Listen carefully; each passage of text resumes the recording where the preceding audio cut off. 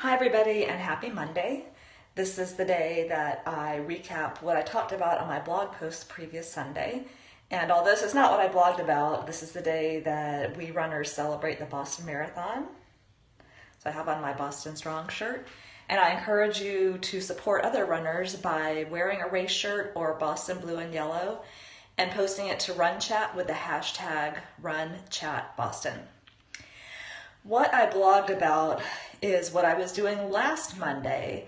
I thought we were taking my father-in-law who lives with us for a simple extraction of a painful tooth.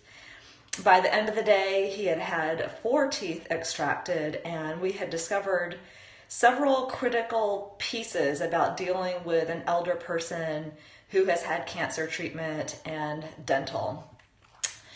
I encourage you to read my blog about that at biggreenpen.com. It's really long, but it was impossible to describe the detail involved in the day and how we got there without a lot of words.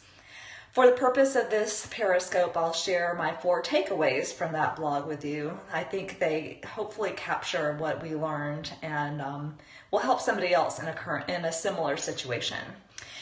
The first thing is that cancer treatment affects more than the area directly treated.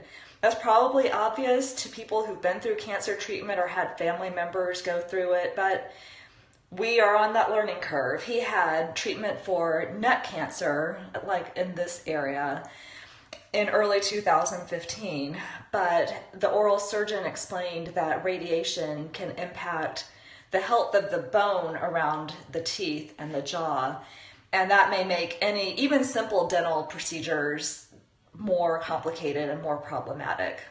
He said often people undergoing cancer treatment of that area will choose to have all of their teeth taken out, which prevents other issues in the long run.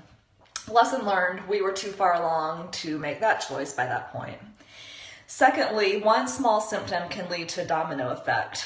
When my father-in-law had difficulty swallowing, we started giving him only his pain meds. He has chronic pain for other reasons, but we started leaving out his blood pressure medication, his antidepressant, and lo and behold, we arrived at the oral surgeon a week after this crisis had begun building, and his blood pressure was high, and behaviorally there were challenges that usually aren't the case when he's on his antidepressant regularly. Thirdly, medical professionals really need to be prepared to deal with patients who have cognitive issues.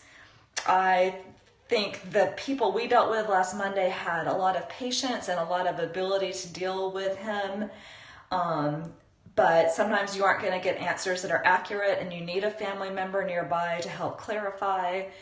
You may just have a more challenging situation than with a patient who doesn't have those same hurdles. I'm sure anybody in the dental community or medical community can elaborate on these types of things, but it was our case and our situation, and that's definitely something I observed.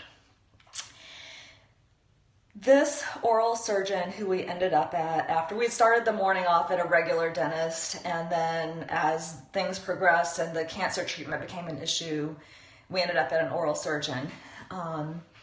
When we went back for the follow-up on Wednesday, he looked at my husband and me and said, "And how are you guys doing?" And honestly, this is the first medical professional or dental professional, the first person we've dealt with in 2 years of my father-in-law living with us and us being responsible for his medical care to ask how we were doing. I can't tell you what a difference it made. We weren't going to give him the long story of the times it's stressful, the times it's rewarding, mostly the times it's stressful. But just the fact that he asked, the fact that he took 10 seconds to say that made such an impression on me. I wish more professionals would take into account the fact that the family is a part of the picture and carrying the brunt in many cases of the challenges.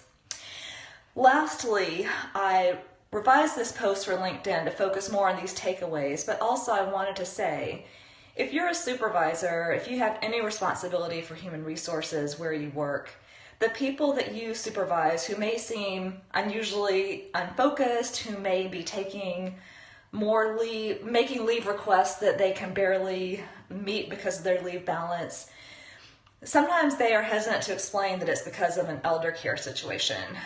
It seems like child care is more, everybody knows that's going to happen, but elder care, due to the demographics of our nation, is getting increasingly to be an issue. So if you're thinking so-and-so seems unfocused, they don't have motivation anymore, why are they asking for all this time off? It might be worth exploring if they are experiencing stresses as a caregiver for an ill or elderly or both family member. That's what I wrote about this week. I really encourage you to visit my blog. I would love your comments, love your ideas. I'd love to provide you some support if you're in a similar situation as a caregiver. Again, it's www.biggreenpen.com, and I'm also at Big Green Pen on Twitter and pretty much everywhere on social media, except for Snapchat, where I'm Paula Kiger. All right, have a great Monday, everybody, and a great week.